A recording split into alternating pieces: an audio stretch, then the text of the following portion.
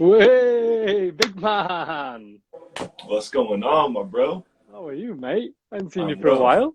I'm well. How are you? Yeah, not bad, mate. Just getting through this lockdown shenanigans, etc. But we'll get there. Yeah, I mean, Mike, you've probably seen what we've been doing here. 10-minute Mondays about mental health, etc. So like the kind of format of it. We're cutting the fat really on mental health and how it may have affected you and may have affected someone listening in the same in a similar circumstance. So just to start, can you just give me and anyone who's watching a little bit of background on you, like where you study, what you do now for work, Yeah, etc. sure. Sure. First of all, let me just say that I was so excited when I saw that you were tackling this, that you were jumping into this. It's such an important conversation to be normalized, Hmm. for guys to have these conversations with their friends, with their wives, partners, family, and not just guys, for everybody. But I think I definitely have a spot for it in my heart as well. So Hmm. you see that you have the same. I was really excited to see you jump into it. For me, you asked me to share a bit about who I am, where I am. So Yeah. my name is Mike Gardner. I live in Lexington, Kentucky. Oh, hey, I met you while USA. USA, baby. I met you while we were in Bali, and Yeah. struck it up. And I am a personal trainer. I'm a life coach. I've been doing both of those for the past several years. Training for about 7 years now. Doing the coaching for the past about 2 years. Amazing. And really diving in and helping people to just become better versions of themselves is what I'm passionate about. And I think Yeah. that this conversation is a huge part of that, the mental health conversation. 100%. And as you say, mate, you hit the nail on the head there, just normalizing it, normalizing the fact that, maybe we do feel a bit rubbish and maybe we have had past experiences happen to us, but, we're not alone in those experiences and other people are maybe going through the same things. And that's why I think it's so important that we're using our platform and you're using your platform now to talk about that. So, yeah, I mean, if you want to get into it, like how were you affected by mental health either now or through a past experience, and and go into that as deep as you like into that, if you don't mind, Mike. For sure. The reason I think it's so important to normalize this conversation is because, and especially for guys, for us guys, we grow up. I don't know about you, but a lot of us grow up hearing like, like guys don't cry. If you cry, you're a girl or you're gay, Mm, or all of those toxic things that are said about sharing yeah, how you're feeling emotionally. We're yeah, taught like, keep a straight face. You got to be tough.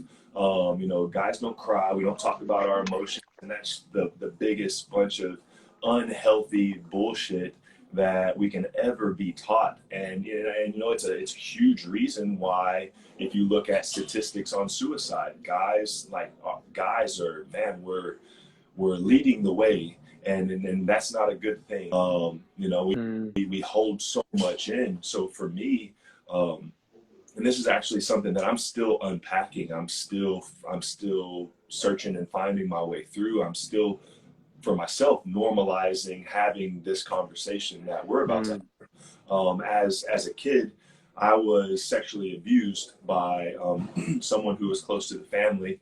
I was probably 7. Like if I think back on it, I had to be about like 6 or 7 at the time, and he was probably 13, 14 at the time. So he was a kid mm, too. yeah.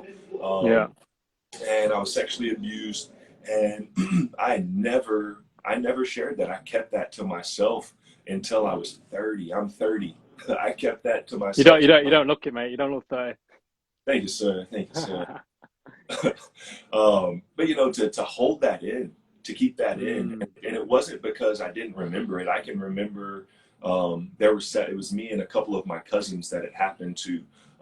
I can remember being like 12, 13, and having the conversation with my cousin. He's older than me, but he was like, "Hey, do yeah. you remember? Do you remember what happened to us that night?" And that was the first time, at 12, like someone else, like they say, "Oh man, that was real." You know, for the longest time, I thought, you know, I just, that was a dream, it was a bad nightmare. It wasn't even real. Mm. So that was like the first time when my cousin came to me that I was like, man, that really happened. Um, and you know, to move forward through that and to be able to start having these conversations, because there are other people out there who have been sexually abused. There are so many There's so people many, out mate. there. And There is, and they don't feel safe, and they don't feel in that safe environment to share it. And I know from what mhm, you've just said there, just talking about it, you know, talking about it actually heals more, I guess, when it's out there, and you can talk about it and you can relate with other people yeah, about it. every time I have this conversation, I feel a little more okay with the conversation. I feel a little more empowered. Um, Yeah, and that's huge, because I think that there are people out there who feel alone in what yeah, they're going through. And so if I can get a little uncomfortable, if I can step out of my comfort zone and I can say, man, I was sexually abused. And that doesn't make me any less of a man. It doesn't make me, you know, it doesn't mean anything about me. It means a lot about who did it, you know. And now looking back, I realize he was just repeating what he was shown. He was abused too. mm, You know, and I think that hurt people end up hurting people if they don't heal their stuff. 100%. So again, this conversation is so important so that we can end the unhealthy shit that's been passed down from generation to generation. Um, Mm. I'm here for it. Yeah, 100%. And yeah, as I say, it's usually just you know, as I say, you said that the guy who abused you was actually abused as well. It's just Mhm. about breaking that cycle, isn't it? And you know how incredible and how incredibly brave and what an incredible man you are to step up and break that cycle. So that's incredible that you're speaking about that now. Anyone who's watching now, Mike, who you know may have been you 4 years ago, who has been sexually abused when they were younger and still feels I guess shame around it, and they don't want to talk to anyone about it. What bit of advice or what bit of guidance could you give them for someone going through a similar you know thing that you were going through 4 years ago? You know. I would say that number one, you're not alone. I think that Mm, is the biggest struggle that people have with any hardship. You know, whether it's something like this where you're sexually abused, or it's just something you struggle with. Maybe it's sadness or depression. Maybe you're struggling in another area of life. No matter what it is, you're not alone. And you don't have to bear that load. You know, you don't have to carry that by yourself. You know, there are mm, people more than likely already in your circle who have experienced the same or similar. And if they're not in your circle, then they're probably not too far away from you. You know, in this day and age with technology and with social media, it's very easy to find your tribe. So I think mm, that my advice would be to just dig deep and find just a little bit of courage and boldness, however much it takes for you to find that just that first conversation and share it with someone. Find somebody you trust, and have that conversation, whatever it is. And I can tell you from experience, whenever I shared the first time, and this is at Bali. I got invited to speak at an event, and I shared this story for the first time ever in front of a crowd. You know, I don't know how many people there, 40, 50 people, of people that I had no clue who they were. And I just got up on stage and told them my story. And it was scary as hell, but it felt like 1 billion pounds were lifted off of my chest whenever I did.